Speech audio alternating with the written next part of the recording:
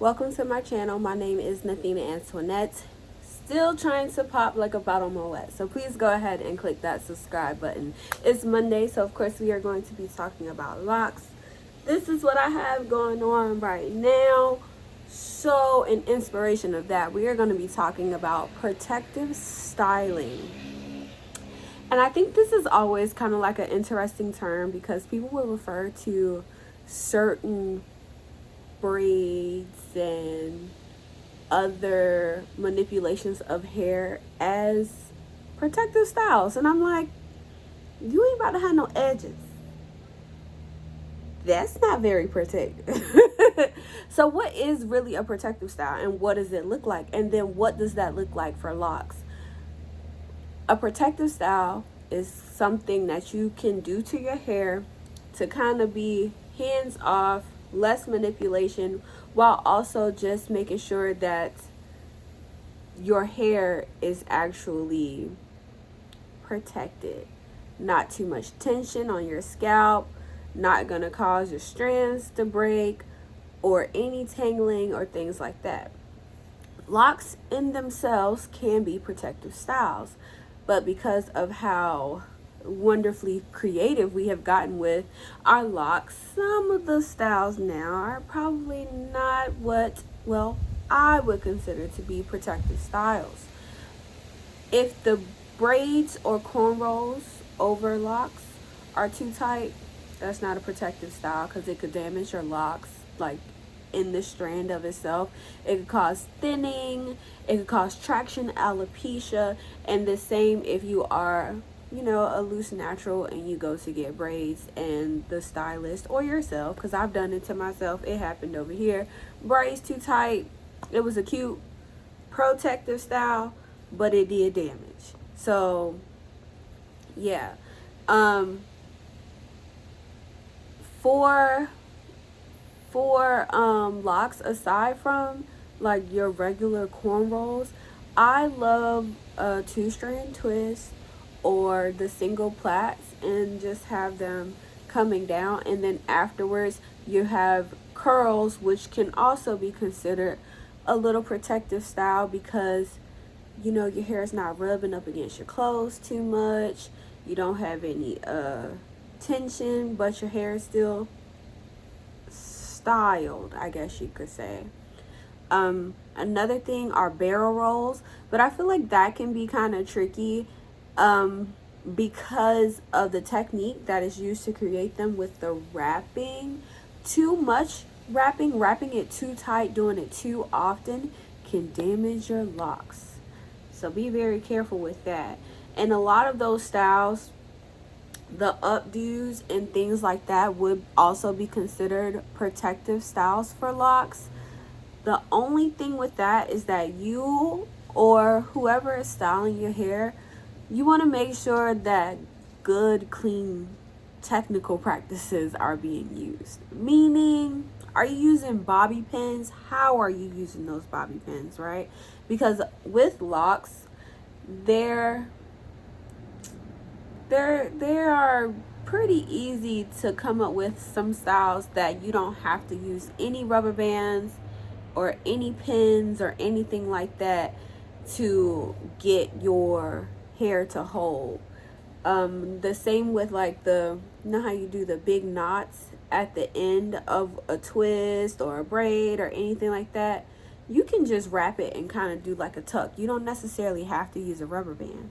And you want to be careful with using things like rubber bands because especially if you're putting products in your locks, it can melt those rubber bands. The rubber bands can kind of leave residue. Once they have melted, that residue will be left on your hair. And also, of course, if you leave the rubber bands too long and they're too tight, then you'll have like little dents and things like that, especially around the ends of your hair, which, is what we want to protect the most because it's been there the longest, right? Because we're not getting haircuts.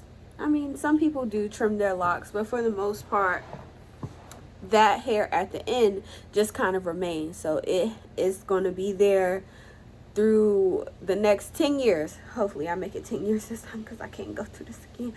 You want the hair to last, right? So you have to be mindful of what you're doing at the ends of your hair, which is also why I like to do the wraps. Now with me, I'm gonna wrap my hair with anything, a shirt. This is my skin stress. The fabric is really soft. So if the fabric is soft and stretchy, I will make a head wrap out of it. And a lot of times I will leave my what is that thing called? It's not a bonnet, it's not a do-rag, but it kind of looks like it's like a do-raggy bonnet looking thing. Sometimes I'll just leave that on, and then I'm free to kind of play with whatever texture of fabric I'm putting on top of my head. But I like this because you know, if you're a spiritually in tune person, keeping your head covered kind of just does something for you. If you know, you know. So this is always one of my go-tos with locks, especially with wintertime coming. September, hurry up and got out of here, okay? And now it's kind of cold, or at least it's cold in the morning, and then it's 80 by the afternoon, right? So that, plus it's pretty windy, all of that type of stuff, that still affects your locks. Maybe not to the same extreme as like a loose natural, because you're not manipulating your hair as much, but you're still subjected to the elements, okay? So you want to make sure that you're moisturizing your hair. Yes, you still have to moisturize your locks. For a lot of people, that looks like just water, okay? It's not, I can't tell you what's right and what's wrong, but I will say water does work. Throwing coconut oil up there, I wouldn't recommend that, because it's not good for your face. So, and then sometimes it can have a little bit of buildup, just a little bit. So but you just want to be mindful that whatever protective style you are about to put your hair in still allows you to moisturize it, okay?